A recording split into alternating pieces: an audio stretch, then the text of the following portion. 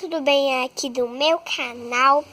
Então hoje estamos aqui para falar para vocês me seguirem lá no meu Insta, no TikTok e no Face. E lá no TikTok o meu nome é Dudinha com 2 As. Quer dizer, o arroba primeiro, né? O arroba é a primeira coisa de tudo lá dos meus olhos. Então, daí depois dos 2 A, vem o underline, que é um pontinho assim. E Andrade. É isso, é a coisa final. Então, já que você vai me seguir lá, e eu também tenho que deixar o like nesse vídeo. Eu consegui fazer aqui, e eu só tô fazendo mesmo um challenge.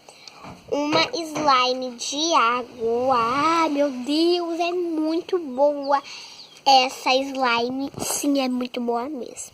Olha aqui. Muito boa.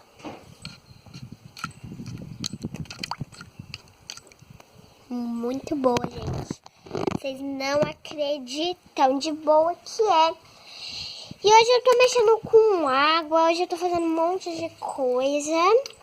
Tem ainda um pouquinho de água aqui. Eu fiz, né? Precisa de muita cola, muitas coisas.